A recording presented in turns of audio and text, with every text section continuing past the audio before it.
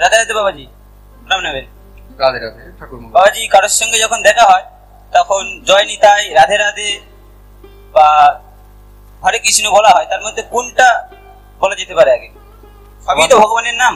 তোমার নাম কি? নন্দন দলই।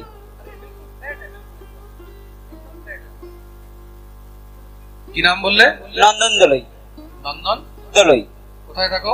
কালুগাছি, এখান থেকে কিছুটা দূরে। আচ্ছা আচ্ছা। নন্দন একটি প্রশ্ন করেছে, আপনারা বুঝতে পারলেন তো প্রশ্ন? অনেকে বলে হরে কৃষ্ণ, অনেকে বলে রাধে রাধে, অনেকে জয় নিতাই, অনেকে জয় গৌর।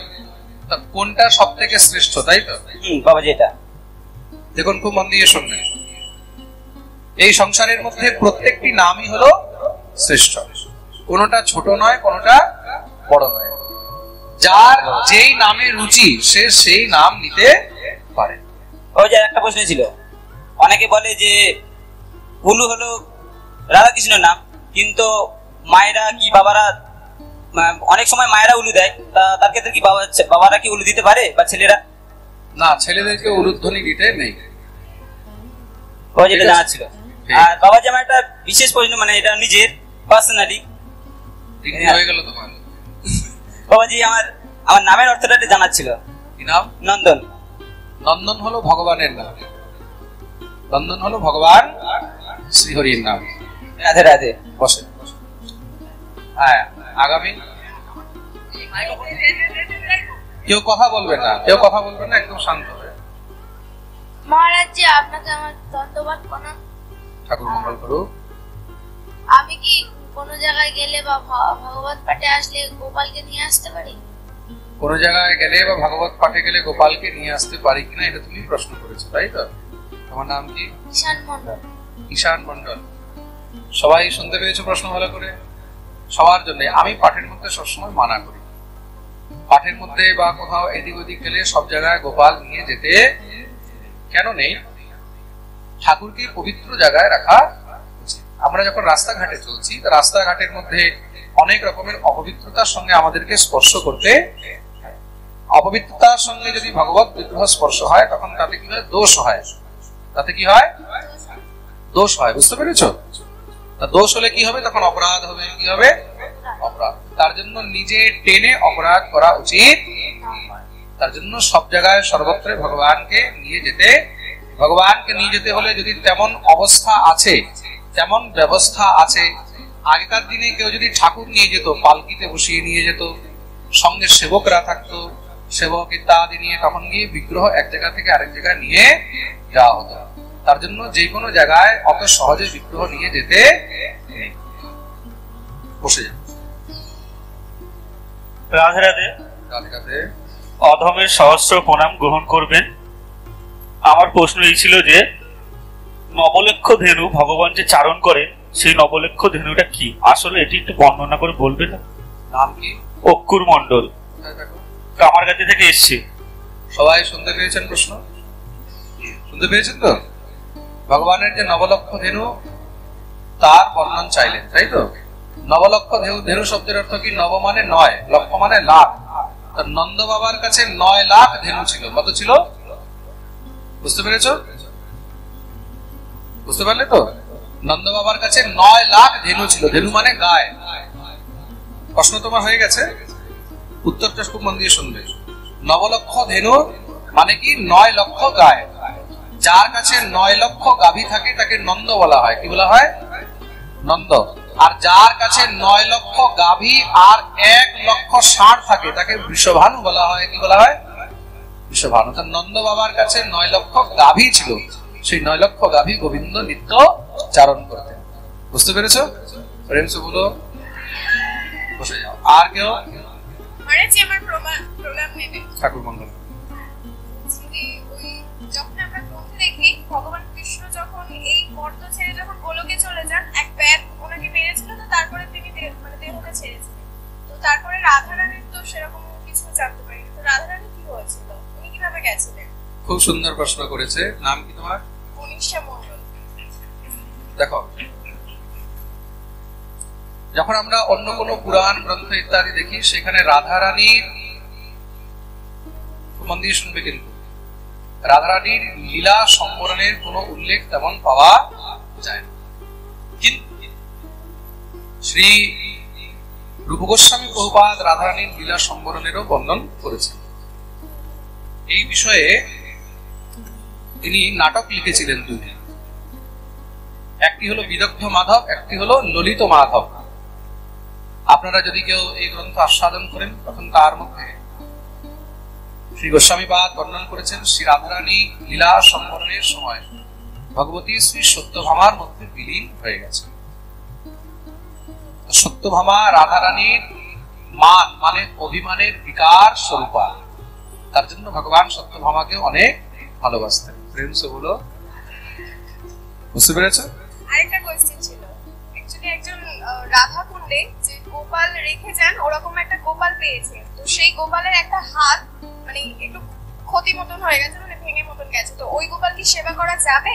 না, ওইটা খণ্ডিত হয়েছে বলে সে সেখানে রেখে এসেছে। যেই বিগ্রহ খণ্ডিত হয়ে যায়, যেই বিগ্রহ খণ্ডিত হয়ে যায় সেই বিগ্রহ সেবা করতে, খণ্ডিত বিগ্রহ সেবা করলে অপরাধ হয়। বুঝতে পারলেন? সবার মনে থাকবে তো? যেই বিগ্রহ খণ্ডিত হয়ে গেছে নিয়ম হলো সেই বিগ্রহকে বিসর্জন দিয়ে দেওয়া উচিত। কি করবে? কি করবে?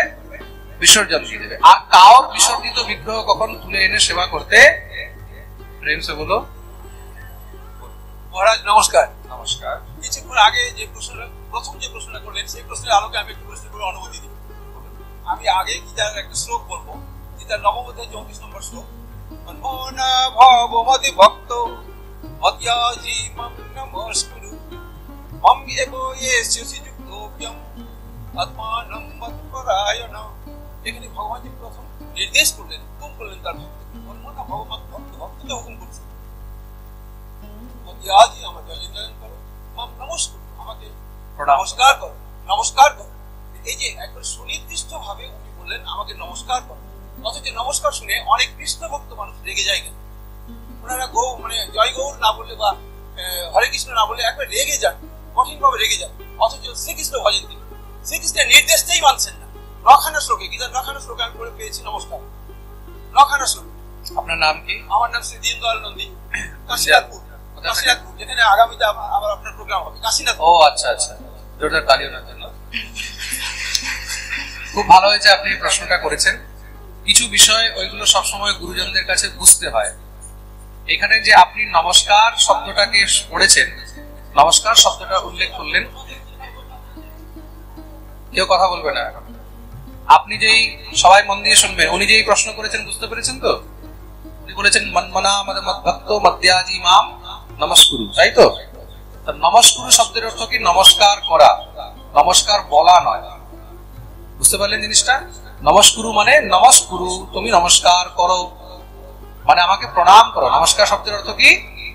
প্রণাম। বুঝতে পেরেছো? নমস্কার শব্দের অর্থ হলো প্রণাম। তাই এখানে ভগবান নমস্কার করতে বলেছেন, মানে ভগবানকে প্রণাম করতে বলেছেন। কি বলেছেন? প্রণাম করতে। এটা প্রণাম এরকম মুখে বলে নয়, প্রণাম এইভাবে কিন্তু প্রণাম হয় না, বা হাত জোর করে নমস্কার, এটা কিন্তু নমস্কার হয় না। নমস্কার কি এটাও বুঝতে হবে। নমস্কারের বাস্তবিক অর্থ হলো কাউকে প্রণাম করা, ভুল লুণ্ঠিত হয়ে। প্রণাম কত প্রকারের আছে সেটাও আমি অনেকবার পাঠে বলেছি।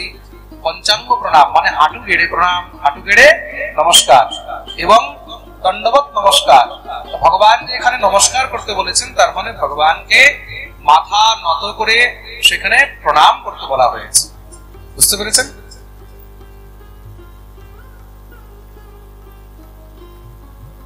হ্যাঁ,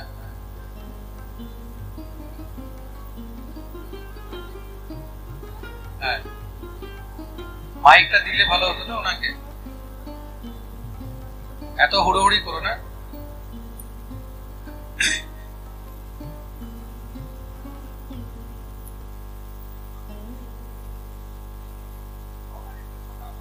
নমস্কার জানাননি, কিন্তু এইবার একাদশ অধ্যায়ে যখন তার বিশ্বরূপ উনি দর্শন করছেন তখন 39 নম্বর শ্লোকে উনি থর কাঁপছেন আর বলছেন, এবং নমস্কার দিয়েই উত্তর শশাঙ্ক প্রজাপতি হিতং প্রবীতমহশ্চ নমঃ নমস্তে বস্তু সহস্রকৃত নমোস্তে ভূয়হিয়াপি নমঃ নমোস্তে। উনি কিন্তু জবাবটা নমস্কার দিয়েই দিয়েছে, অথচ আমাদের অনেক জ্ঞানীজন গুণীজন এই নমস্কার শব্দটাতে অরুচি। এটা দেখুন বুঝতে হবে, অর্জুন এখানে কাকে নমস্কার করেছে? ভগবানকে। তো ভগবানের সামনে যখন নমস্কার করা হচ্ছে, সাক্ষাৎ ভগবানকে প্রণাম করা হচ্ছে। অবশ্যই সাক্ষাৎ, খুব মন দিয়ে শুনবেন, কাকে প্রণাম করা হচ্ছে? ভগবানকে। তা আমি যদি গোবিন্দের সামনেই বলি গোবিন্দ গোবিন্দ, ওই কথার কোনো অর্থ নেই। তা আমি যখন ভগবানকে প্রণাম করব তখন ডাইরেক্ট সেখানে প্রণাম করা হবে। আর আমরা যখন একজন আরেকজনকে বলছি তখন নমস্কার বলার থেকে কোনো ভগবত নাম উচ্চারণ করাটা, এই মাধ্যমে আমাদের মুখ থেকে হরিনাম বেরোবে। আরেক জায়গায় 10ম অধ্যায়ে ওই জায়গা থেকে লাভ নেই। আমি আপনার প্রশ্নের শৃঙ্খলা বুঝে গেছি। আপনি শুধু একটাই জিনিস এখানে বলতে চাচ্ছেন, সব ঘুরিয়ে ফিরিয়ে, যে অন্য অনেক বৈষ্ণবদের নমস্কার শুনলে কেন অ্যালার্জি হয়, নমস্কার শুনলে কেন সমস্যা হয়, আপনি এটাই তো বলতে চেয়েছেন। আমি বুঝে গেছি, নমস্কার শুনলেই কেন সমস্যা হয়। হ্যাঁ,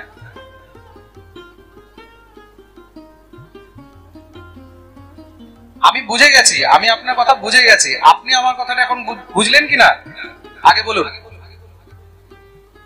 প্রণাম নমস্কার ভগবানকে দেখে। আমরা যখন একজন আরেকজনকে দেখছি তখন বৈষ্ণব একজন আরেকজনকে ভগবানের নাম নিয়ে সম্বোধন করবে।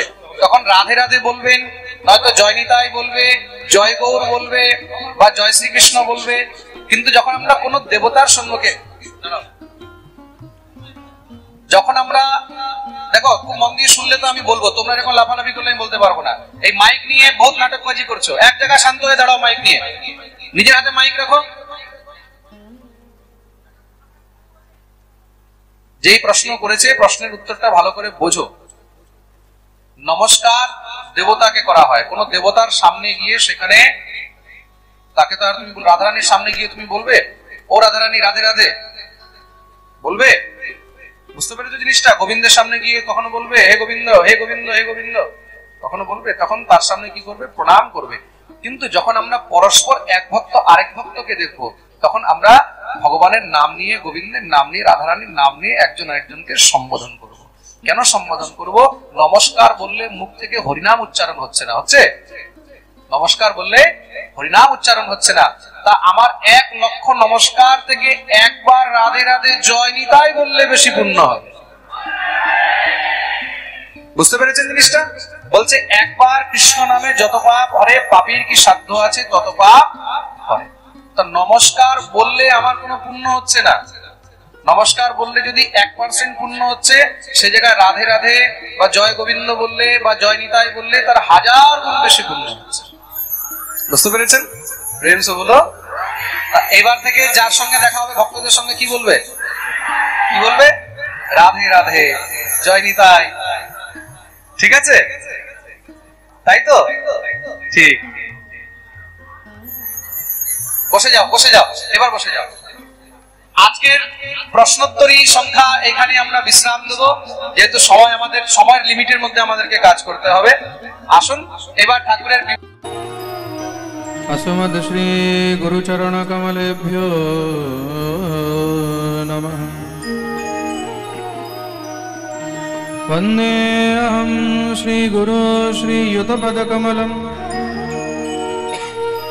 श्री गुरून् वैष्णवांश्च श्रीरूपं साग्रजातं सहगण रघुनाथान्वितं तं सजीवम्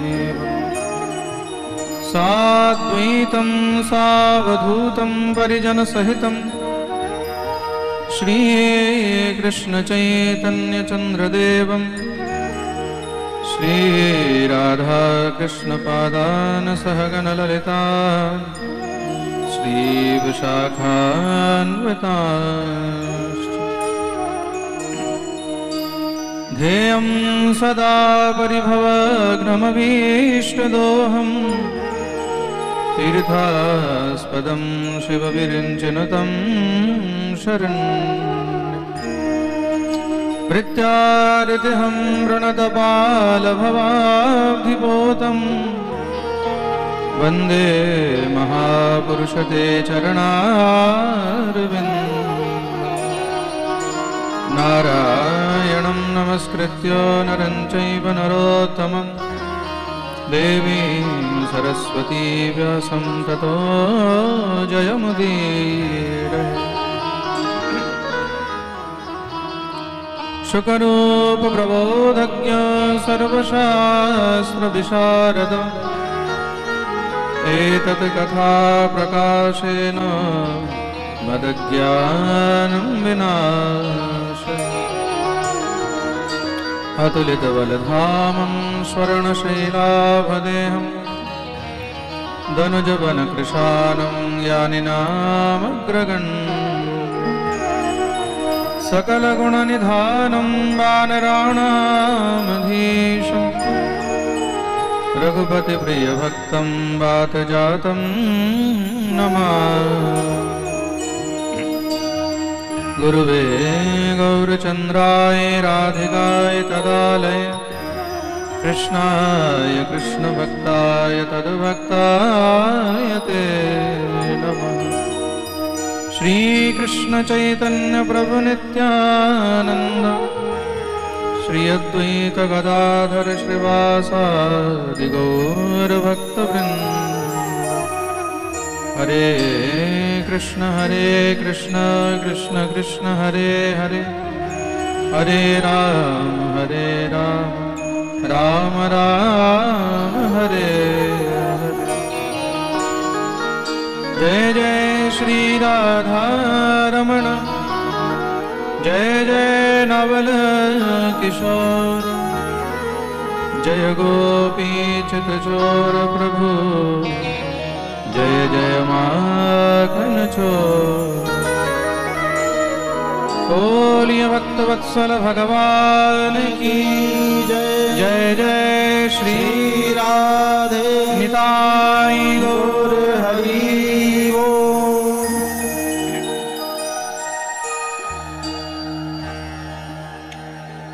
अधरं मधुरं वदनं मधुरं नयनं मधुरं हसितं मधुरम्। अधरं मधुरं वदनं मधुरं नयनं मधुरं हसितं मधुरम्। अधरं मधुरं वदनं मधुरं नयनं मधुरं हसितं मधुरम्। अधरं मधुरं वदनं मधुरं नयनं हसितं मधुरम्। हृदयं मधुरं गमनं मधुरं मधुराधिपते अखिलं मधुरम्। हृदयं मधुरं गमनं मधुरं मधुराधिपतेरखिलं मधुरम्। वचनं मधुरं चरितं मधुरं वसनं मधुरं बलितं मधुरम्। वचनं मधुरं चरितं मधुरं वसनं मधुरं बलितं मधुरम्। चलितं मधुरं भ्रमितं मधुरं मधुराधिपतेरखिलं मधुरम्। चलितं मधुरं भ्रमितं मधुरं मधुराधिपतेरखिलं मधुरम्। वेणु मधुरं रेणु मधुरं पाणे मधुरं पादो मधुरं। वेणु मधुरं रेणु मधुरं पाणे मधुरं पादो मधुरं। वेदं मधुरं सख्यं मधुरं मधुरा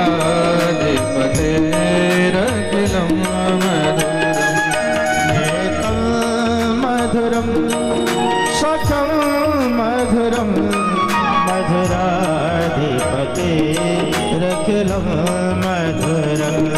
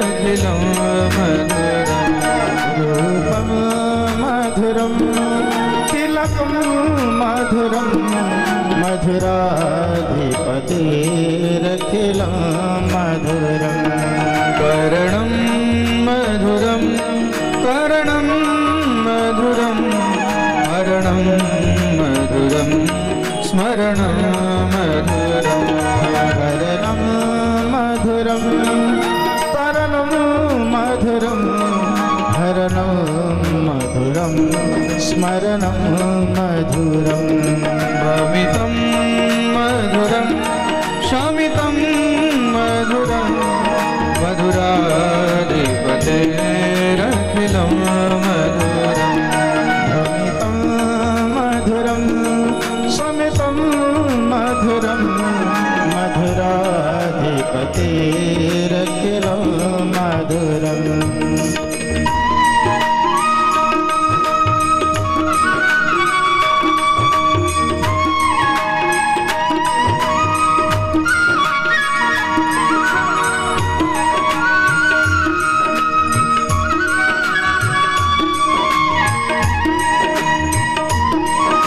हाथ की ताली शुरुआत करें।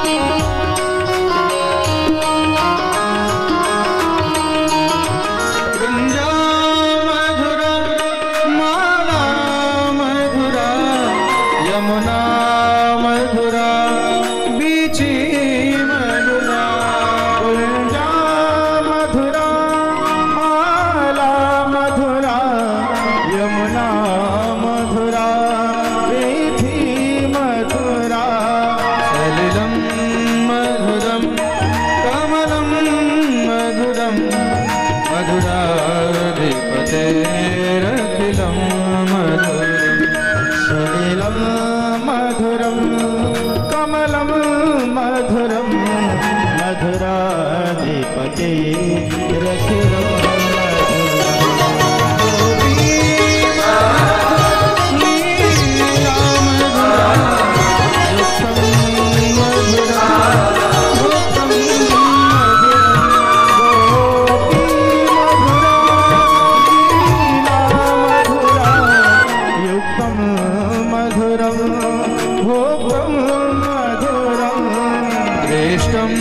मधुरं शिष्टं मधुरं मधुराधिपतेरखिलं मधुरं श्रेष्ठं मधुरं शिष्टं मधुरं मधुराधिपतेरखिलं मधुरम्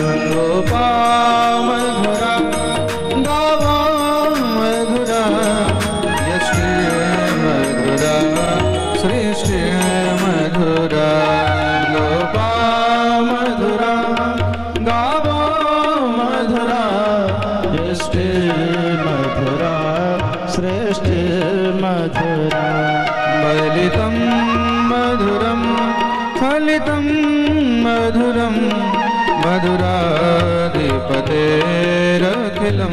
मधुरं मधुरं मधुरं मधुरं मधुरं नयनं मधुरं हसितं मधुरं नयनं मधुरं हसितं मधुरं नयनं मधुरं हसितं मधुरं नयनं मधुरं हसितं मधुरं नयनं मधुरं हसितं मधुरं राधे राधे गोविंद गोविंद राधे राधे राधे गोविंद गोविंद राधे राधे राधे गोविंद गोविंद राधे राधे राधे गोविंद गोविंद राधे राधे राधे गोविंद गोविंद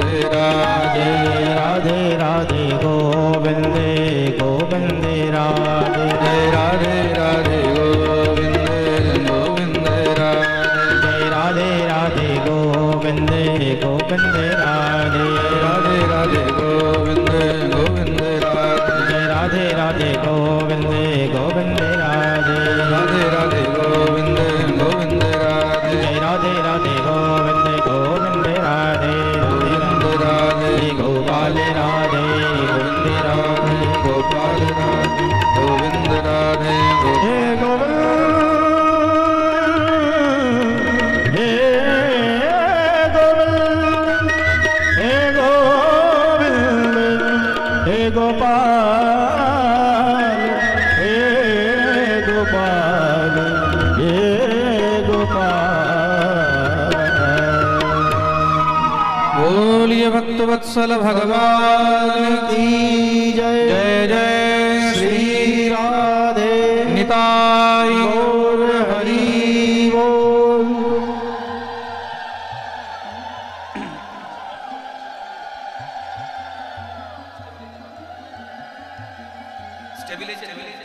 বলে গেছে চলে গেছে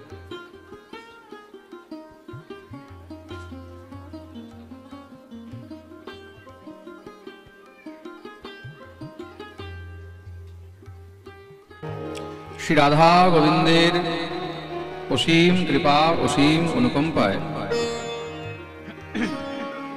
আমরা সমস্ত সাপট গ্রাম এবং অত্র অঞ্চলবাসী ভক্তবৃন্দগণ এই সাপট গ্রামের লক্ষ্মী গোপাল ভবনে বসে ভগবান শ্রীহরির দিব্য বাংময়ী প্রতিমূর্তি শ্রীমদ্ ভাগবতের অমৃতময়ী কথা শ্রবণের এই সৌভাগ্য প্রাপ্ত করিয়াছে। বঙ্কু সাহা, রঘু সাহা এবং তাদের পরিবার দ্বারা ভগবত কৃপা প্রাপ্তি সকল জীবের মঙ্গলের উদ্দেশ্যে আয়োজিত এই দিব্য শ্রীমদ্ ভাগবত সপ্তাহ জ্ঞানযজ্ঞ মহোৎসবের আজ ষষ্ঠম দিবস। বিগত 5 দিন যাবৎ আমরা ভগবানের অনন্যতম লীলার বর্ণন শ্রবণ করে চলেছি। যেই শৃঙ্খলায় আজ ষষ্ঠম দিবসের কথায় প্রবেশ করা হচ্ছে। উপস্থিত সকল সাধুগুরু বৈষ্ণবদের শ্রীচরণে, সমস্ত ভক্তবৃন্দদের এবং ভক্তিমতী মাতৃগণের শ্রীচরণে আমি কোটি কোটি প্রণাম। ইউটিউবের মাধ্যমে দেশে বিদেশে যেই ভক্তগণ নিজ গৃহে বসে এই পাঠ শ্রবণ করছেন, আপনাদেরও সমস্ত ভক্তদের শ্রীচরণে আমি কোটি কোটি প্রণাম জানাই।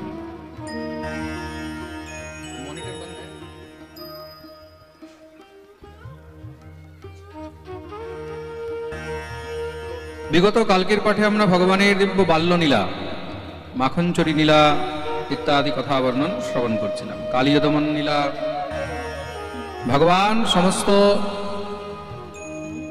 ব্রজবাসীদেরকে নিয়ে ইন্দ্রের পুজো বন্ধ করিয়ে গিরিরাজ গোবর্ধনের পুজো আরম্ভ করালেন। আসলে এই গিরিরাজ গোবর্ধন কে? গিরিরাজ গোবর্ধন শুধুমাত্র কোনো পাহাড়, শুধুমাত্র কোনো পর্বত নয়। তাহলে বলে কৃষ্ণস্য অন্যতমম রূপম গোপ বিশ্রমণম গতঃ শৈলোস্মিতি ব্রুবন ভূরি বলিমাদদ বৃহৎ বপুঃ। ভগবান শ্রী কৃষ্ণেরই দ্বিতীয় রূপ হলো শ্রী গিরিরাজ। গিরিরাজের মধ্যে আর গোবিন্দের মধ্যে কোনো পার্থক্য নেই, দুটি একই তত্ত্ব। প্রেম সে বলো। গিরিরাজের বাস্তবিক রূপ যদি দর্শন করতে হয় তাহলে আপনাদেরকে রাজস্থান নাথদ্বারা যেতে হবে, উদয়পুরের কাছে। সেই নাথদ্বারার মধ্যে শ্রী গিরিরাজ ভগবান, সেই নাথদ্বারায় শ্রী গিরিরাজ ভগবান সেখানে শ্রীনাথ রূপে বিদ্যমান রয়েছে। ঠাকুরের নাম হলো শ্রীনাথজি। ঠাকুরের নাম কি? শ্রীনাথজি।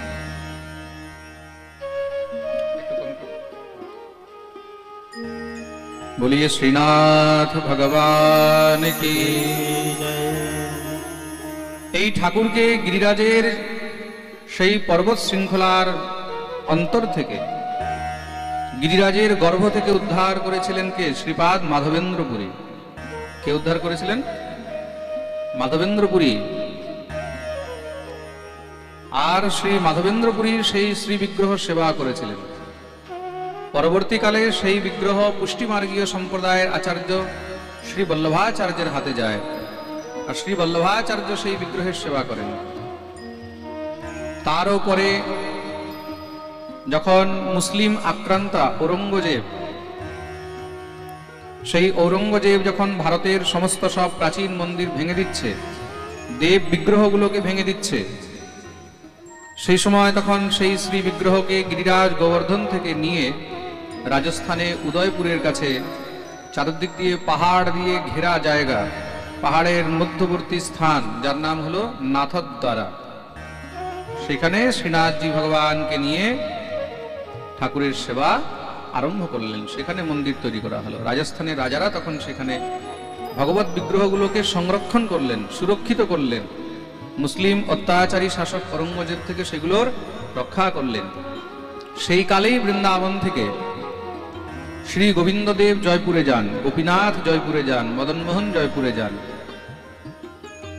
আর সেই কালখণ্ডেই শ্রী বাঁকে বিহারী ভরতপুরে যান। আর সেই কালখণ্ডেই এই শ্রীনাথজি উদয়পুর রাজস্থানে নাথদ্বারা। আর আজও সেখানে বিদ্যমান হয়েছেন, রাজাধিরাজ রূপে সেখানে বিদ্যমান আছে। বলিয়ে শ্রীনাথজি মহারাজ কি।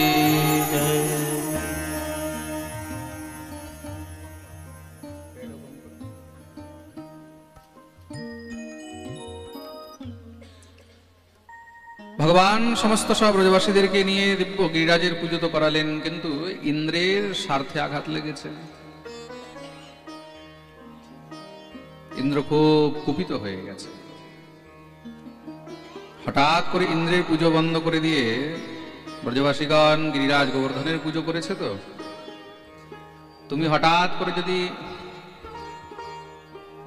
কার দোকান থেকে মাল নিচ্ছ, আর নিতে নিতে চট করে তুমি তাকে ছেড়ে যদি তার পাশের দোকান থেকে মাল নেওয়া শুরু করে দাও, তখন কি হবে? তার মনে একটা আঘাত হবে। তো আরে আমার দোকান থেকে বন্ধ করে দিল, একটা হয়। দেখো, এই সংসারের মধ্যে সবকিছু স্বার্থের উপরে টিকে আছে, কিন্তু শাস্ত্র তার জন্য আগেই বলে দিয়েছে। এটার মধ্যে খারাপ মনে করার কিছুই নেই। অনেকে দেখবে বলবে, আমি কোনো স্বার্থ দিয়ে কোনো সম্বন্ধ রাখি না, আমার কোনো স্বার্থের সঙ্গে কোনো সম্বন্ধ নেই। এগুলো সবগুলো নিজের মনকে শান্তি দেওয়ার কথা। স্বার্থ ছাড়াই সংসারে কোনো সম্বন্ধই নেই। সুর নর মুনি সবকে यह रीति स्वार्थ লাগি করহি সব প্রীতি। যার কোনো স্বার্থ নেই, মনে রাখবে সে কখনো কোনো প্রতিষ্ঠার সঙ্গে যুক্ত থাকবে না। স্বার্থরহিত ব্যক্তি, স্বার্থহীন ব্যক্তি, যার কারোর সঙ্গে কোনো লেনা দেনা নেই, কোনো স্বার্থ নেই, সে প্রতিষ্ঠা থেকে দূরে থাকবে। জঙ্গলে থাকবে, বনে থাকবে, কোনো বৃক্ষের নিচে থাকবে, কারোর সঙ্গে কোনো লেনা দেনা রাখবে না, তার কোনো সঞ্চয় থাকবে না। যেখানে সঞ্চয় আছে, যেখানে জগতের সঙ্গে লেনা দেনা আছে, যেখানে প্রতিষ্ঠা আছে, সেখানে স্বার্থ থাকবেই থাকবে। এটার মধ্যে কোনো সংশয় নেই।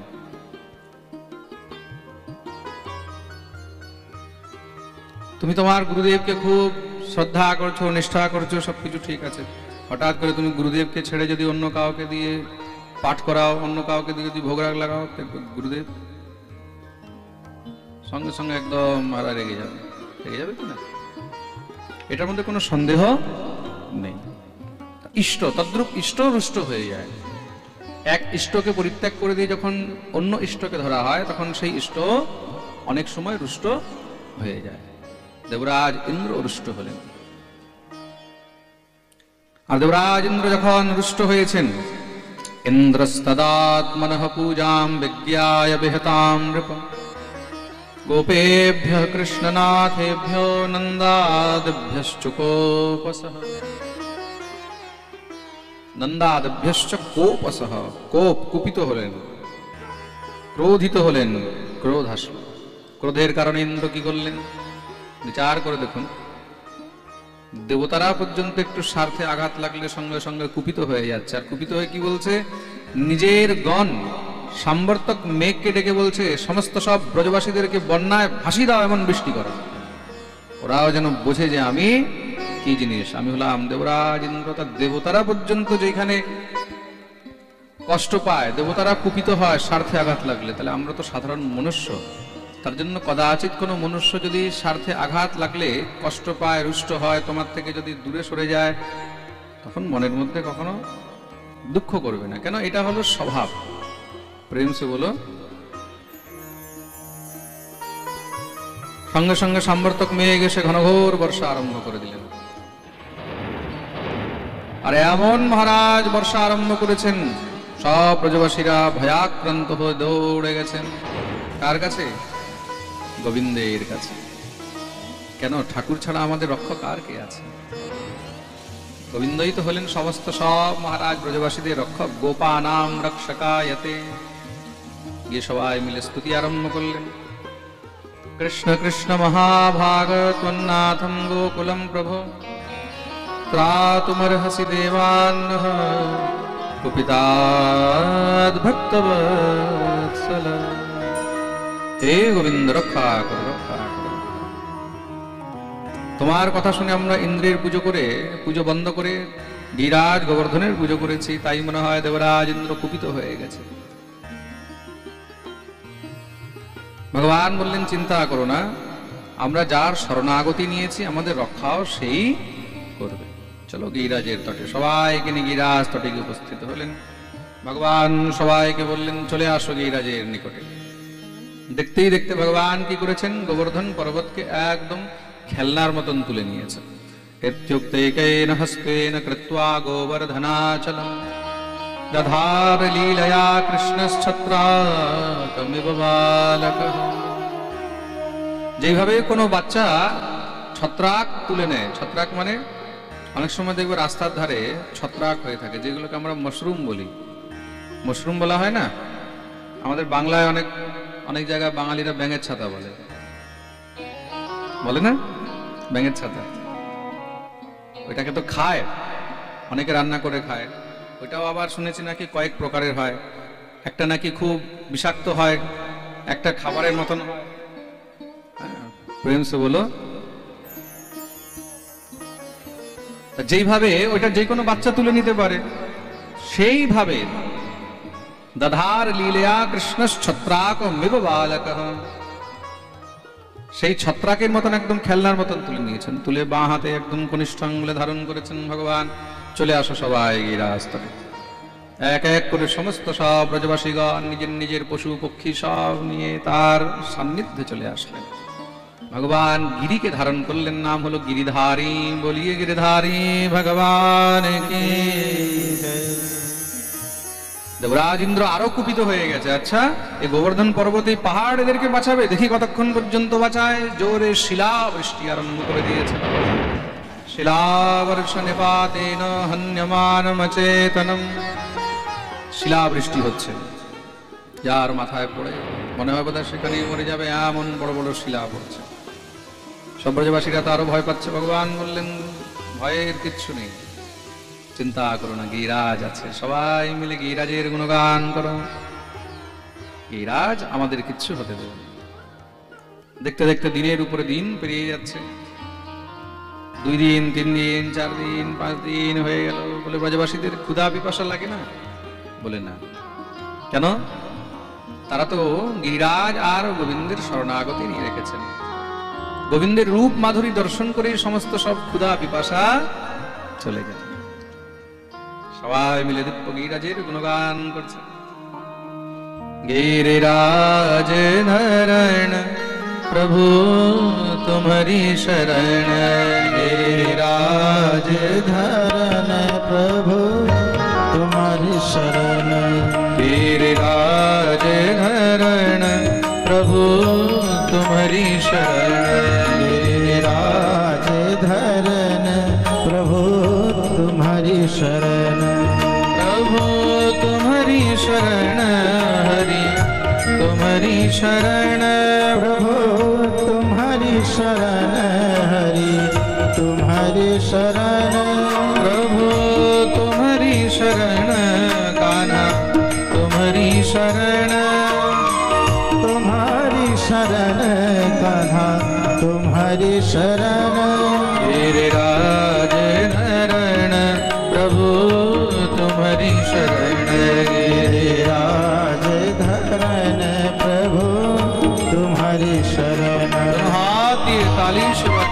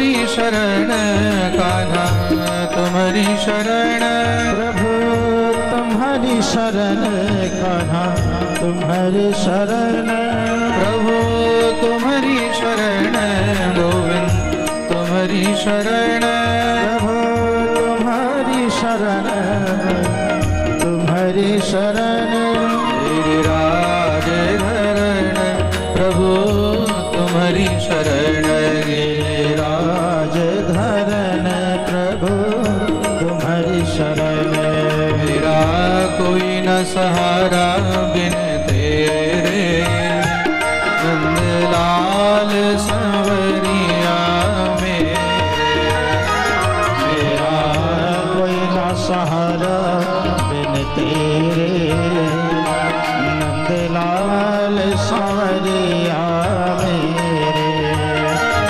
नंदलाल संवरिया मेरे, नंदलाल संवरिया मेरे, गोपाल संवरिया मेरे, गोपाल संवरिया मेरे, काटो जन्म मरण के फेरे, नंदलाल संवरिया मेरे, काटो जन्म जन्म के फेरे, नंदलाल संवरिया मेरे, गिरिराज धरण प्रभु तुम्हारी शरण, गिरिराज धरण प्रभु तुम्हारी शरण, गिरिराज धरण प्रभु तुम्हारी शरण, गिरिराज धरण प्रभु तुम्हारी शरण, गिरिराज धरण प्रभु तुम्हारी शरण, गिरिराज धरण प्रभु तुम्हारी शरण, गिरिराज धरण प्रभु तुम्हारी शरण, गिरिराज धरण प्रभु तुम्हारी शरण, प्रभु तुम्हारी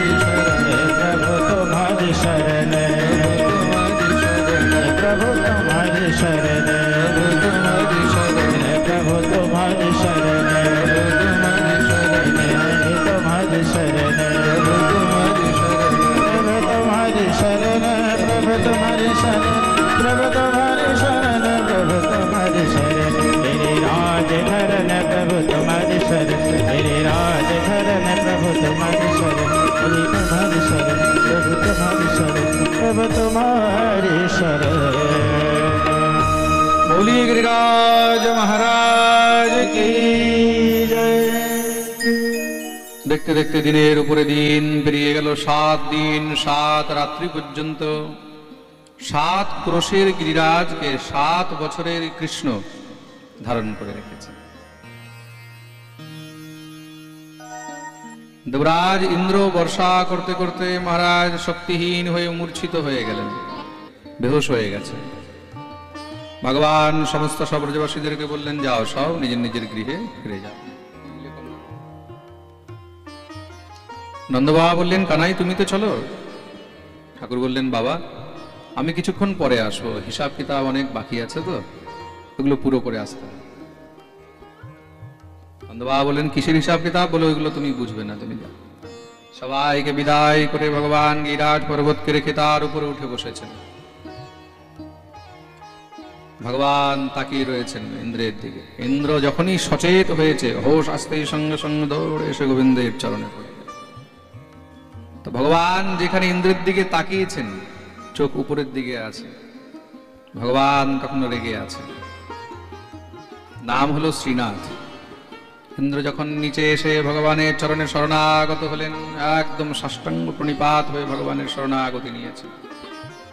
ত্বয়েষানুগৃহীতোऽস্মি ধ্বস্তস্তম বৃথোদ্যমঃ ईश्वरं गुरुमात्मानं त्वामहं शरणं गतः। हे प्रभु, আমি তোমার শরণে এসেছি, তোমার শরণাগত। আমি জানি আমার অপরাধ অক্ষম্য, ক্ষমার যোগ্য নয়, কিন্তু তদপিও তুমি তো করুণা নিধান। करुणा निधान करुणा करनी पड़ेगी तुमको, वरना ये नाम होगा बेकार है कन्हैया। एक अर्ज मेरी सुन लो दिलदार है कन्हैया। भगवाনের দিব্য স্তুতি করলেন। ভগবানের ক্রোধ শান্ত হলো। ইন্দ্রের দিকে ভগবান তাকিয়েছেন, চোখ নিচের দিকে হলো। যখন চোখ নিচের দিকে হয়েছে, ইন্দ্রের দিকে তাকিয়েছেন, এবার গিয়ে ইন্দ্রের একটু মনে হচ্ছে যে প্রাণ ফিরে এসেছে। কেন, যদি ভগবান ক্রুদ্ধ হয়ে যান তা ইন্দ্রকেও শেষ করতে 2 মিনিট লাগবে না। প্রেম সে বলো। ভগবান যখন চোখ নিচের দিকে করলেন, এটা ভগবানের আরেকটা রূপ হলো। এই রূপের নাম হলো হরিদেব। কি নাম? হরিদেব। ইন্দ্র স্তুতি করলেন, করোতি ধৃত নগেন্দ্রায় গোপানাম রক্ষকায়তে সপ্তাব্ধরূপিণে তভ্যম শ্রী হরিদেবায়তে নমঃ। হরিদেব এখনো গোবর্ধনে আছেন। আপনারা যখন গিরিরাজ গোবর্ধন দর্শন করবেন, রাধাকুণ্ড শ্যামকুণ্ড আপনারা জানতো? বৃন্দাবনে গেলে জান কি না? কে কে রাধাকুণ্ড শ্যামকুণ্ড গেছে? হাত উপরে করতে দেখি। ব্রজে গেলে কি কি দর্শন করা খুব জরুরি? বলে রাধাকুণ্ড, শ্যামকুণ্ড, গিরি, গোবর্ধন, মধুর মধুর বংশী বাজে, এই তো বৃন্দাবন। রাধাকুণ্ড যাবে, শ্যামকুণ্ড আর গিরি গোবর্ধন। তা গিরি গোবর্ধনের মধ্যে গোবর্ধন দর্শন করে সেখানে হরিদেব অবশ্যই দর্শন করা উচিত। হরিদেবকেও দর্শন করেছো? হ্যাঁ, দেখো একজন খালি হাত তুলেছে হরিদেব দর্শন। হরিদেব কোথায় আছে? হরিদেব মানসী গঙ্গার পাশে। একদম, ইউ আর রাইট। মানসী গঙ্গার পাশে হলো শ্রী হরিদেব মন্দির। মনে রাখবে, শ্রীনাথজি পালিয়ে গেছে গোবর্ধন ছেড়ে, কিন্তু হরিদেব পালায়নি। ব্রজের মধ্যে এই 2 দেব কিন্তু ব্রজ ছেড়ে যাননি। এক হলো হরিদেব, আরেক হলো বলদেব। বলদেব আছে কোথায়? দাউজি, গোকুলের কাছে।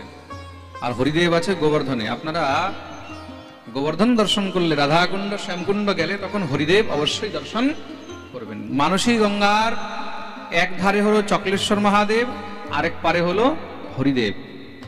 হরিদেব অবশ্য দর্শন করবেন।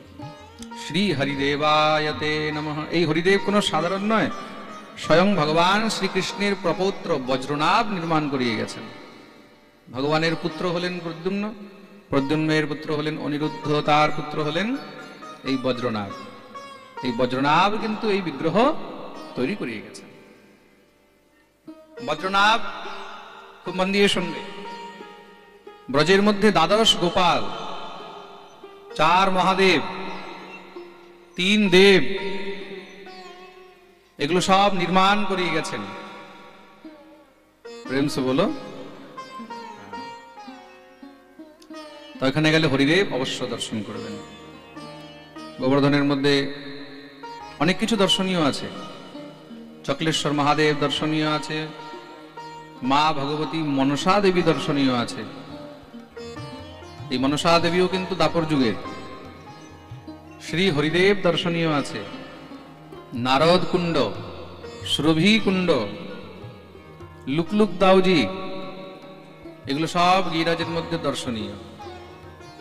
গোবর্ধন গিরিরাজের মধ্যে গোমাতা সুরভির চরণ চিহ্ন রয়েছে, গোবিন্দের চরণ চিহ্ন আছে, ঠাকুরের বাঁশির চিহ্ন আছে, ঠাকুরের লাঠির চিহ্ন আছে। আমরা গেলাম, আমরা কি রাধাকুণ্ড শ্যামকুণ্ড দর্শন করে স্নান করে চলে আসি, বাকি এসব জিনিসে কখনো আমরা খেয়াল করি না। প্রেম সে বলো। মানসী গঙ্গা আছে, কুসুম সরোবর আছে, উদ্ধব কুণ্ড আছে, এগুলো সব গিরিরাজের অঙ্গ প্রত্যঙ্গ। অপ্সরা কুণ্ড, নবল কুণ্ড, রুদ্রকুণ্ড, শঙ্কর্ষণ কুণ্ড, এগুলো সব দর্শন করা উচিত। ব্রজের মাহাত্ম্যের মধ্যে বর্ণন রয়েছে, কুণ্ড কুণ্ড পাবন পরম, প্রত্যেকটি এক একটি কুণ্ড কিন্তু পরম পবিত্র। এগুলো দর্শন অবশ্যই করা উচিত। ভগবান ইন্দ্রকে ক্ষমা করলেন। ভগবান ক্ষমা কেন করলেন? ভগবান ইন্দ্রকে বলছেন, তোমার অপরাধ তো অক্ষম্য, কিন্তু তবু আমি তোমাকে ক্ষমা করছি। তার কারণ কি জানো? এত বড় অপরাধের মধ্যেও তুমি একটি পুণ্যের কাজ করেছো। কি পুণ্যের কাজ? দেখুন, ব্রহ্মা ভগবানের স্তুতি করেছিলেন, কিন্তু ভগবান ব্রহ্মাকে ক্ষমা করেননি। ইন্দ্র স্তুতি করেছে, ভগবান ইন্দ্রকে ক্ষমা করে দিয়েছেন।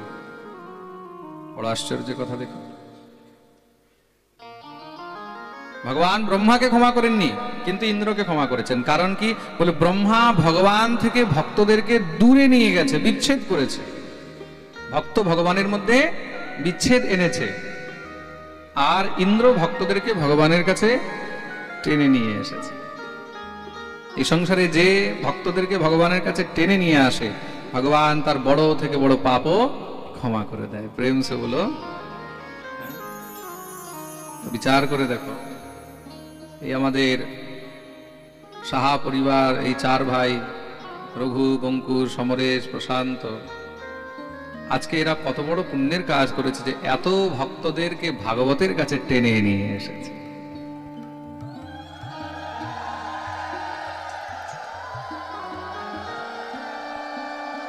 তাই তো কোথা কোথা থেকে ভক্তরা না আসছে, শিলিগুড়ি থেকে, আলিপুরদুয়ার থেকে, এইদিকে গুয়াহাটি থেকে, ধুবড়ি থেকে, হ্যাঁ, তারপরে আমি তো অত নামও জানি না, কি কি গুড়ি জানি আছে, ধূপগুড়ি, ময়নাগুড়ি, কামাখ্যা গুড়ি, কি কি জানি গুড়ি বললো। আমি তো পুরো লাইন দিয়ে দেখছি গুড়ি গুড়ি এখানে, তাই না? যে আসে, মহারাজ জি আমি অমুক গুড়ি থেকে এসছি, অমুক গুড়ি থেকে এসছি, অমুক গুড়ি থেকে এসছি। আমাদের বৃন্দাবনে এতদিন আমরা পুরি শুনেছি, পুরি মানে লুচি বলে, আর এখানে এখন শুধু গুড়ি শুনছি। প্রেম সে বলো। এত দূর দূর থেকে ভক্তরা কার জন্য? আজকে এই পরিবারের একটি বিশেষ উদ্যোগের কারণে এখানে মনে হচ্ছে আমরা সব গিরিরাজের নিচে আছি, তাই তো? প্রেম সে বলো। ভগবান ইন্দ্রকে ক্ষমা করলেন। গোবর্ধন বাসী সাবরে तुम बिन रहो न जा। দেবরাজ ইন্দ্র ভগবানের অভিষেক করলেন। গোমাতা সুরভি উপরে দাঁড়িয়েছেন, ঝরঝর করে সুরভির থনের থেকে দধি, দুগ্ধ, ঘৃত ইত্যাদি বর্ষণ হচ্ছে। ওই রাবত হাতি আলাদা আলাদা তীর্থের থেকে জল ভরে নিয়ে আসছেন, আলাদা আলাদা সরোবর থেকে জল ভরে নিয়ে আসছেন, গোবিন্দের উপরে বর্ষণ করছে। একদম মনে হচ্ছে ঝর্ণা চলছে, ফোয়ারা চলছে। নারদ দেখতেই দেখতে মহারাজ দেবরাজ ইন্দ্র ভগবানকে একদম ঘষে ঘষে সুন্দর করে স্নান করাচ্ছে। ভালো করে অভিষেক করিয়েছে। কেন? ভগবান ক্লান্ত হয়েছেন তো। আচ্ছা, কেউ যদি খুব ক্লান্ত থাকে তারপরে যদি ভালো করে স্নান করে নেওয়া হয়, ভালো করে স্নান করলে দেখবে অর্ধেক ক্লান্ততা এখানেই শেষ হয়ে যায়। ভগবানকে দিব্য অভিষেক করলেন, অভিষেক করে ভগবানের নতুন নামকরণ করেছেন। কি নাম রেখেছেন? খুব সুন্দর ফুল দিয়ে সাজিয়েছেন ভগবানকে, শৃঙ্গার করেছেন এখানে ঠাকুরকে। নানা রসৌঘাহ সরিতো বৃক্ষা আসন মধুস্রবাহ আকৃষ্ট্য পত্যৌষধয় গ্রയോ বিভ্রদুন্মণীন কৃষ্ণ অভিষিক্ত এতানি সত্ত্বানি কুরু নন্দন নির্বৈরাণ্য ভবস্তাত ক্রূরাণ্যবীনসারগত। ভগবানের দিব্য অভিষেক, শৃঙ্গার ইত্যাদি করে নতুন নামকরণ করলেন। কি নাম রেখেছেন? যিনি গো আর গো বৃন্দদের রক্ষক, তার নাম রাখলেন গোবিন্দ। বলিয়ে গোবিন্দ ভগবান কি জয়। ঠাকুরের একটি নতুন নামকরণ হয়ে গেল। দেখুন, ভগবানের ওই যে বলেছেন না, গর্গাচার্য বহুনি সন্তি নামানি রূপাণি চ সুতস্যতে, যেমন যেমন তার লীলা হবে তেমন তেমন তার নাম হবে। দিব্য মহারাজ ঠাকুরের কৃপা প্রাপ্ত করেছেন। ভগবান দেবরাজ ইন্দ্রকে আশীর্বাদ দিয়ে সেখান থেকে বিদায় করলেন। যে জায়গায় ভগবানের অভিষেক হয়েছে সেই জায়গার নাম হলো গোবিন্দ কুণ্ড। কি নাম? গোবর্ধন পরিক্রমার মধ্যে সেই জায়গা হলো গোবিন্দ কুণ্ড। আর ভগবান সেখানে গোবিন্দ রূপে বিদ্যমান রয়েছেন। গিরিরাজ পরিক্রমা করলে গোবিন্দ কুণ্ড দর্শন, গোবিন্দ কুণ্ডের জল স্পর্শ আচমন অবশ্যই করবে। মনে রাখবে, বাকি মঠ মন্দির যত আছে এগুলো পরিবর্তন হতে থাকে, কিন্তু এই যে কুণ্ড নদী এগুলো কিন্তু যেমন ছিল তেমনই আছে, এগুলো পরিবর্তন হয় না। প্রেম সে বলো। এই প্রকার শ্রী সুখদেব প্রভু ভগবানের গিরিরাজ গোবর্ধন ধারণের নীলাবর্ণন শ্রবণ করালেন। এক সময়ের কথা, নন্দ বাবা একাদশী করেন। প্রত্যেকটি একাদশীর মতো করেন নন্দ বাবা। কিভাবে? একদম নির্জলা থেকে। একাদশ্যাম নিরাহারঃ সমভ্যর্চ জনার্দনম স্নাতুম নন্দস্তু কালিন্দ্যা দ্বাদশ্যাম জলমাভিষেক। একাদশীতে রাত্রি জাগরণ করা হয়, যেটাকে হরিবাসর বলা হয়। অনেকে একাদশীর দিন রাত্রি জাগরণ করে। একাদশীর দিন রাত্রি জাগরণ করে কি করা উচিত? রাত্রি জাগরণ করার মানে কি? সেই রাত্রি জাগরণকে হরিবাসর বলা হয়। ভগবান শ্রীহরির সম্মুখে বসে ভগবান শ্রীহরির গুণগান কীর্তন করা উচিত। হয়তো পাঠ করো, নয় কীর্তন করো, কোনো না কোনো রূপে সেই রাত্রিতে ভগবান শ্রীহরির চরণে সেই রাত্রিকে সমর্পণ করা উচিত। তখন গিয়ে রাত্রি জাগরণের ফল হয়। অন্যথা তুমি ভাববে একাদশীর দিন আমি রাত্রিবেলায় ফিল্ম দেখে রাত্রি জাগরণ করব, মোবাইল দেখে রাত্রি জাগরণ করব, তাহলে কোনো লাভ নেই। প্রেম সে বলো। তাহলে জাগরণ করা থেকে না করাই বেশি ভালো। সুতরাং ভগবত নাম সংকীর্তন করেই একাদশী রাত্রিতে জাগরণ করা হয়েছে। তো নন্দ বাবা রাত্রি জাগরণ করেছেন, কিন্তু কি হয়েছে? এখনো ভোর হয়নি। এখনো ভোর হয়নি। মধ্যরাত্রিতে নিশাকালেই তিনি যমুনা স্নান করতে চলে গেছেন। ভাবলেন বোধহয় ভোর হয়ে গেছে। দ্বাদশীর দিন ব্রহ্ম মুহূর্তে স্নান করা উচিত। কোন সময়? ব্রহ্ম মুহূর্ত।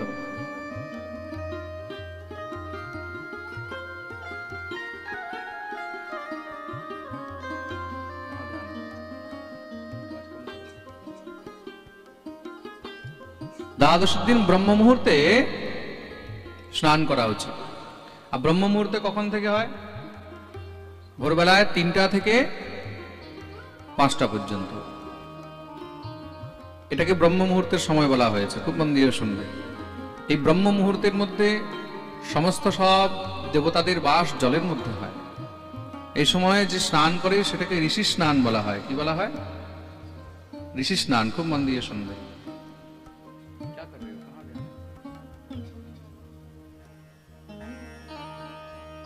এটাকে ঋষি স্নান বলা হয়। 5টা থেকে 6টা পর্যন্ত যে স্নান সেটাকে দেব স্নান বলা হয়। কি বলা হয়? হ্যাঁ, দেব স্নান। আর 6টা থেকে 8টা পর্যন্ত যে স্নান হয় সেটাকে মনুষ্য স্নান বলা হয়।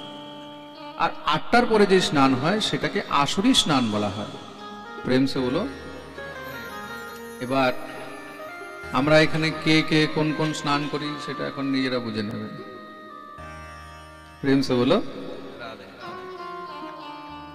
বলে মহারাজ জি আপনি কোন স্নান করেন, জিজ্ঞাসা করো। हाँ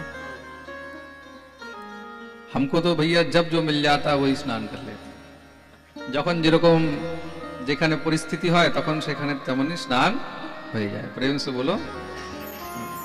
কিন্তু সবথেকে উত্তম হলো কি ব্রহ্ম মুহূর্তে স্নান।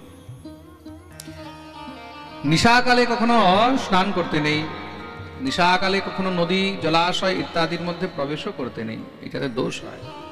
জল দেবতাদের বিশ্রামের সময় হয়।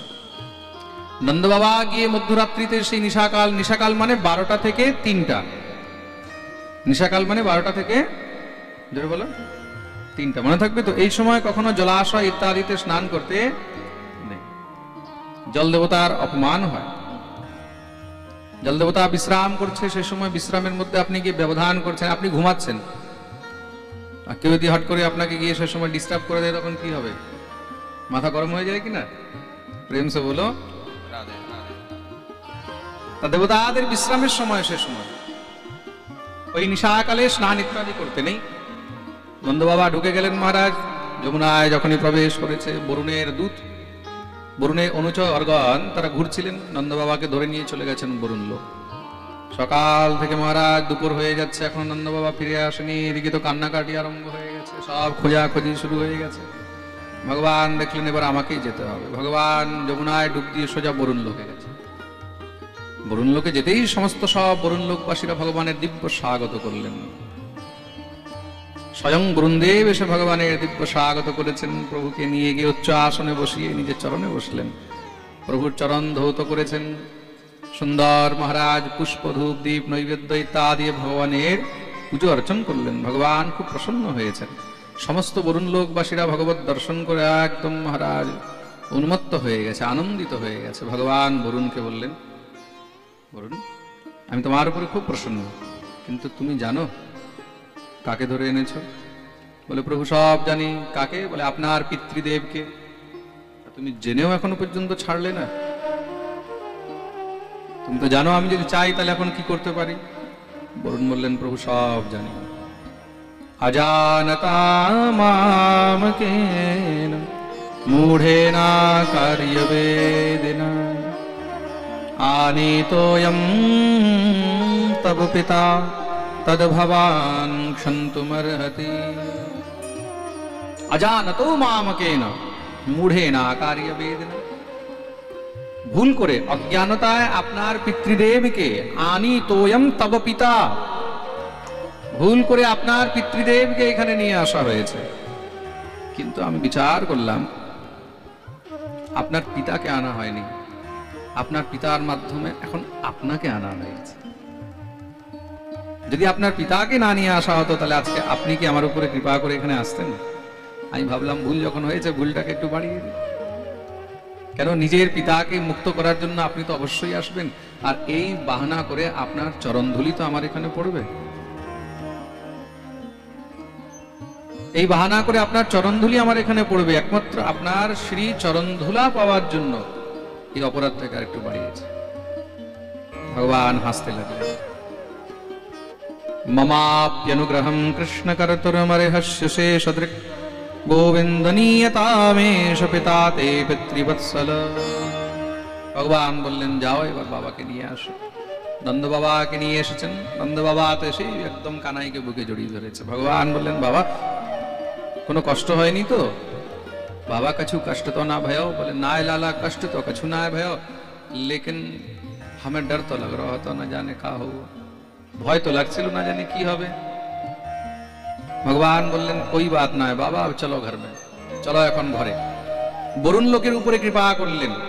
আসলে ভগবান যখন থেকে বরুণ লোক সৃষ্টি করেছেন তখন থেকে বরুণ লোকে ফিরেও তাকাননি ভগবান। বরুণও ভাবলেন এই বাহানাতে গোবিন্দের চরণ তো পড়বে আমাদের এখানে। মহাপুরুষের চরণও যদি ঘরের মধ্যে পড়ে, যদি দ্বারের মধ্যেও পড়ে, তাতেও কিন্তু গৃহের মঙ্গল হয়। প্রেম সে বলো। কোন সময় বিচার করে দেখো, যদি হীরা বর্ষণ হচ্ছে, স্বর্ণ বর্ষণ হচ্ছে, আর সোনার বৃষ্টির মধ্যে, হীরার বৃষ্টির মধ্যে যদি 2-4টা টুকরো তোমার ঘরের মধ্যে পড়ে, তাহলে কি হবে? লাভ না লস?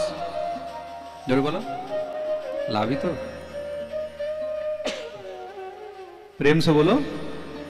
তো মহাপুরুষের চরণের রজ কিরকম? মহাপুরুষের চরণ পড়া মানে কি? বলে হীরা সোনাও তার সামনে কিছু নয়।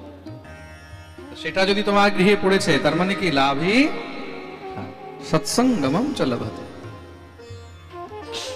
ভগবান নন্দ বাবাকে নিয়ে ফিরে এসেছেন। সব ব্রজবাসীরা নন্দ রায়কে দেখে আনন্দ একদম নৃত্য আরম্ভ করে দিয়েছে। নন্দ বাবাকে ঘিরে বসেছে। কি হয়েছিল? কোথায় গেছিলে বাবা? আমরা সব চিন্তায় পড়ে গেছিলাম। নন্দ বাবা সব বৃত্তান্ত বলছে। বরুণের দূতরা আমাকে ধরে নিয়ে গেছিল। তারপরে জানো কি হয়েছে? যখন আমার কানাই এসেছে, কানাইকে দেখি সব একদম ভয়ে কাঁপতে লেগেছে। তখন আমিও গোফের মধ্যে হাত দিয়ে বললাম, আমার বেটা। আচ্ছা, যতটা না হয় না, মানুষ একটু বাড়িয়ে ছাড়িয়ে তো বলে, প্রেম সে বলো। আমিও বললাম, জানিস এটাকে? আমার বেটা। তারপরে আর কি, সবাই একদম হাত জোড় করে আমাকে একদম তাড়াতাড়ি করে ছেড়ে গোবিন্দের কাছে নিয়ে গেল। সবাই বলছে, আচ্ছা একটা কথা বলতো বাবা, এই কানাই কি সত্যি তোর ছেলে? না এটা অবতার? বলে দেখো, ছেলে তো আমারই, কিন্তু হ্যাঁ, গর্গাচার্য মুনি নামকরণের সময় বলে গেছিলেন, তস্মাৎ নন্দাত্মজোয়ম তে নারায়ণ সমগুণৈ। তোমার এই পুত্রের মধ্যে নারায়ণের সমান গুণ হবে। নারায়ণের সমান গুণ মানে, সমান মানে ইকুয়াল, বরাবর একদম। সব রাখাল বালকরা যখনই শুনেছে, দৌড়ে গিয়ে কানাইকে ধরেছে। কানাইয়া, হ্যাঁ ভাইয়া। বলে, শুনেছি নাকি তুই নারায়ণ? ভগবান বলছেন, কে বলেছে? বলে, না আমরা সব বুঝে গেছি তুই নারায়ণ। ভগবান বললেন, যে বলছে পাগল। আমি কোথা থেকে নারায়ণ হলাম? নারায়ণের তো 4টি হাত হয়, শশঙ্খ চক্রম সকিরীট কুণ্ডলম সপীত বস্ত্রম সরসীরোহেক্ষণম। আমার কি 4 হাত আছে? নারায়ণের শঙ্খ চক্র গদা পদ্ম থাকে, আমার কি আছে? দেখতে পাচ্ছ না তোমরা? বলে, না তুই নারায়ণেরই অবতার। না হলে গিরাজকে কে উঠাতে পারে? কালিয়কে কে মর্দন করতে পারে? বরুণ লোকে কে যেতে পারে? আমরা কেন পারি না? তোর মধ্যে এত বল কোথার থেকে আসে? এত শক্তি, এত সামর্থ্য কোথার থেকে আসে? ভগবান বলে, আচ্ছা ঠিক আছে, আমি নারায়ণ। বলো এবার কি করবো? বলে, তাহলে আমাদেরকে একটু বৈকুণ্ঠ ঘুরিয়ে নিয়ে আয়। নারায়ণের ঘর তো বৈকুণ্ঠ, আমরাও একটু বৈকুণ্ঠ দেখতে চাই। ভগবান বললেন, কি করবে সেই বৈকুণ্ঠ গিয়ে? বলে, আমাদের খুব ইচ্ছা হচ্ছে একবার বৈকুণ্ঠ ঘুরে আসে। ভগবান বললেন, ঠিক আছে। ভক্তদের ইচ্ছা হয়েছে তো ভগবান সবাইকে নিয়ে চললেন। দর্শয়ামাস লোকম স্বম গোপানাম তমসঃ পরম। সবাইকে নিয়ে ভগবান চললেন বৈকুণ্ঠে। যখনই বৈকুণ্ঠে প্রবিষ্ট হয়েছে, সেই মহারাজ খগোল ভূগোল স্বর্গ ইত্যাদি সব পার করে বৈকুণ্ঠে গেছেন। আহা, সেই কি দিব্য শোভা বৈকুণ্ঠে! মন মুগ্ধ হয়ে যাচ্ছে। ভিতরে প্রবিষ্ট হলেন। এক এক বৈকুণ্ঠের দ্বার। বৈকুণ্ঠের মধ্যে 7টি দ্বার রয়েছে। কয়টি দ্বার? ভগবানের কাছে পর্যন্ত পৌঁছাতে হলে 7টি দ্বার পার করে যেতে হয়। সব মারা দিব্য বড় বড় ঋষি মুনিগণ, সিদ্ধ গন্ধর্ব চানর, তারা সবাই মিলে ভগবানের স্তুতি করছেন। ভগবান গিয়ে উচ্চ আসনে বসে। সব রাখাল বালকরাও আসছে গোবিন্দের কাছে। সব দ্বারপালরা ওইখানেই, সেবকরা দাঁড় করিয়ে দিয়েছে, তোমরা এখান থেকেই। রাখাল বালকরা বলছে, আরে এ তো আমাদের বন্ধু, আমাদের কানাই, আমাদের কৃষ্ণ, আমরা তার কাছেই সবসময় থাকি, আমরা তাকে ঘাড়ে নিয়ে ঘুরি, আমরা তার ঘাড়ে চেপে ঘুরি, আর তোমরা বলছো এখান থেকে আগে যেতে পারবে না? বলে, এইসব বৃন্দাবনে সম্ভব, ওই ভূমণ্ডলে সম্ভব, এখানে বৈকুণ্ঠে সম্ভব নয়। সব রাখাল বালকদের তো একদম মন মনে হয় শিথিল হয়ে গেল। আর বৈকুণ্ঠ এখন ভালো লাগছে না। কেন? এই বৈকুণ্ঠের মধ্যে আমরা গোবিন্দের কাছেও যেতে পারবো না, এতটা দূরত্ব। ঠাকুর তাদের দিকে তাকিয়েছেন, কি হলো? সবাই বলছে, ভালো লাগছে না, আমাদেরকে নিয়ে চলো। ভগবান হাসতে লাগলেন। সবাইকে নিয়ে ভগবান শ্রীধাম বৃন্দাবনে এসেছেন। আর যখনই বৃন্দাবনে এসে উপস্থিত হয়েছেন, গোবিন্দকে বৃন্দাবনে আসতেই সব রাখাল বালকরা একদম বুকে জড়িয়ে ধরে হাউ হাউ করে কাঁদতে লেগেছে। ভগবান বললেন, কি হলো, কাঁদছো কেন? কানাই, সত্যি যে আনন্দ ওই বৃন্দাবনে আছে সেই আনন্দ বৈকুণ্ঠেও নেই। কেন জানি বৈকুণ্ঠে তোকে না দেখে পরপর লাগছে, কিন্তু বৃন্দাবনে তোকে দেখে আপন মনে হয়, মনে হয় বোধহয় আমাদেরই। ভগবান বললেন তোমরাই তো বলেছিলে চলো বৈকুণ্ঠে, আর যাবে না? বলে আর বৈকুণ্ঠের কামনা নেই। কেন? এই বৃন্দাবনে আমরা তোকে কোলে নিয়ে ঘুরতে পারি, ঘাড়ে চাপিয়ে ঘুরতে পারি। বৃন্দাবনে আমরা তোর ঘাড়ে চাপতে পারি, কিন্তু বৈকুণ্ঠে তো তোর কাছে যাওয়ারও সামর্থ্য নেই রে কানাই। তুই যদি একটু আমাদের থেকে দূরে থাকিস না, কিঞ্চিত তোর থেকে দূরত্ব হলেই তখন মনে হয় বোধহয় আমাদের প্রাণ বেরিয়ে যাবে। কখনো কখনো ভাবি তোকে ছাড়া আমরা থাকবো কি? ভগবান সবাইকে বুকে জড়িয়ে ধরে কাঁদছেন, মনে মনে ভগবান ভাবছেন আজকে একটু দূরত্ব হয়েছে, তার মধ্যে এদের এই অবস্থা। যেদিন আমি এদেরকে ছেড়ে মথুরা চলে যাব, সেদিন এরা কিভাবে থাকবে? ভগবান বললেন চিন্তা করো না, আমিও বৃন্দাবন ছেড়ে কোথাও যাব। বৃন্দাবনম পরিত্যজ্য পাদমেকম ন গচ্ছতি। বৃন্দাবন ছেড়ে আমিও কি করে যাব? আমিও তোমাদেরকে ছেড়ে কোথায় যাব? যে আনন্দ বৃন্দাবনে আমি পাই, সেই আনন্দ বৈকুণ্ঠ। শ্রী পরমানন্দ দাসজি মহারাজ খুব সুন্দর এটার বর্ণন করে। कहा करो बैकुंठ ही जाए, कहा करो बैकुंठ ही जाए, कहा करो बैकुंठ ही जाए, कहा करो बैकुंठ ही जाए, कहा करो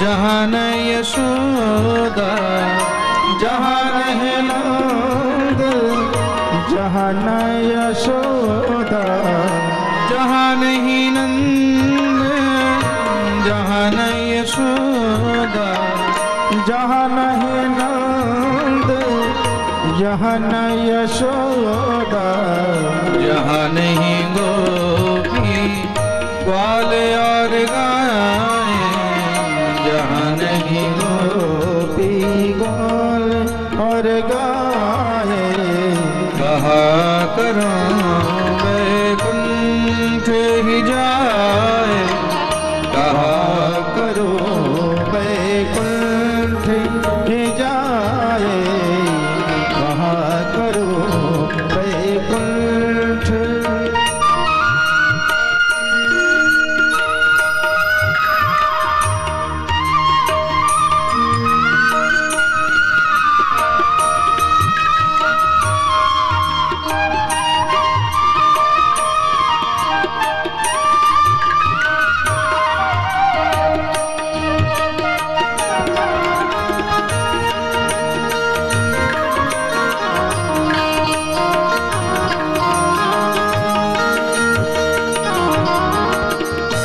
जहाँ नहीं जल यमुना को निर्मल, जहाँ नहीं जल यमुना को निर्मल, जहाँ नहीं जल यमुना को निर्मल, जहाँ नहीं जल यमुना को निर्मल, जहाँ नहीं वृक्ष कदम्ब की छाए, जहाँ नहीं वृक्ष कदम्ब की छाए, कहा करो बैकुंठ ही जाए, कहा करो बैकुंठ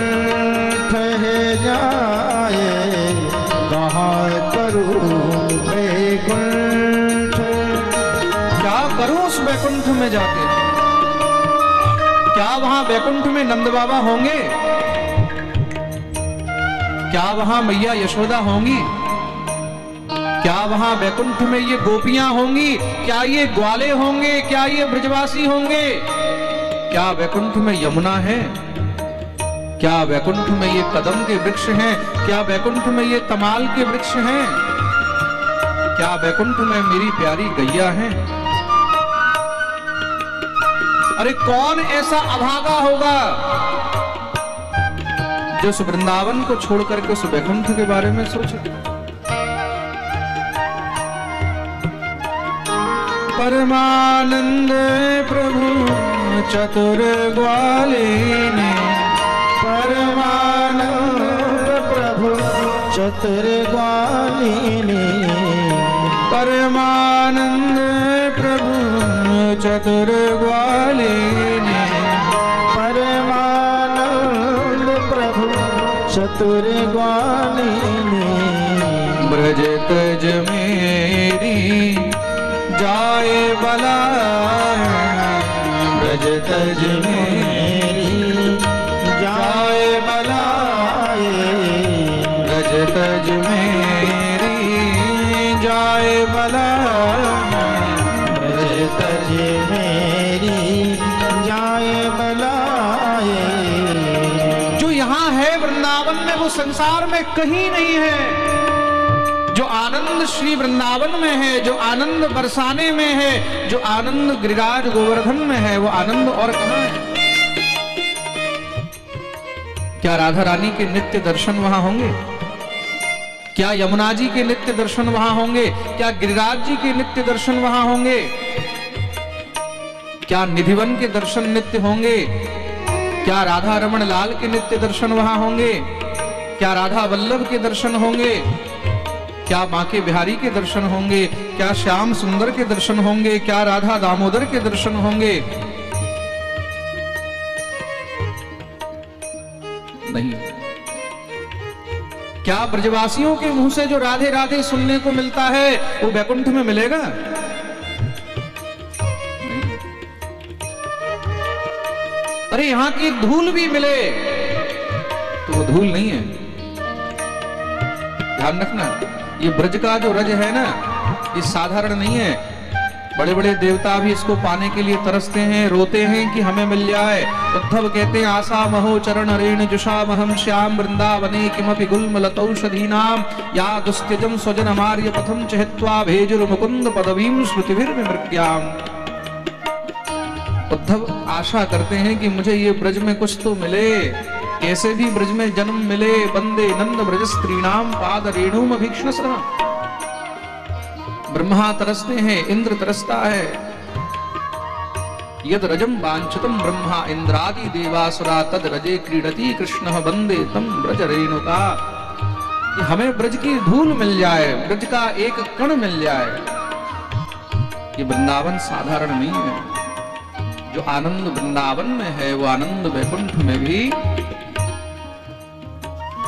परमानंद प्रभु चतुर ग्वालिनी, परमानंद प्रभु चतुर ग्वालिनी।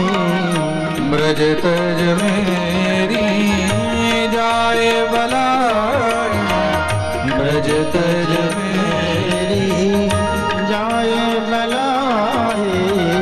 कहा करूं वैकुंठ ही जाए, कहा करूं वैकुंठ ही जाए, कहा करूं वैकुंठ ही जाए, कहा करूं वैकुंठ, कहा करूं वैकुंठ ही जाए, कहा करूं वैकुंठ।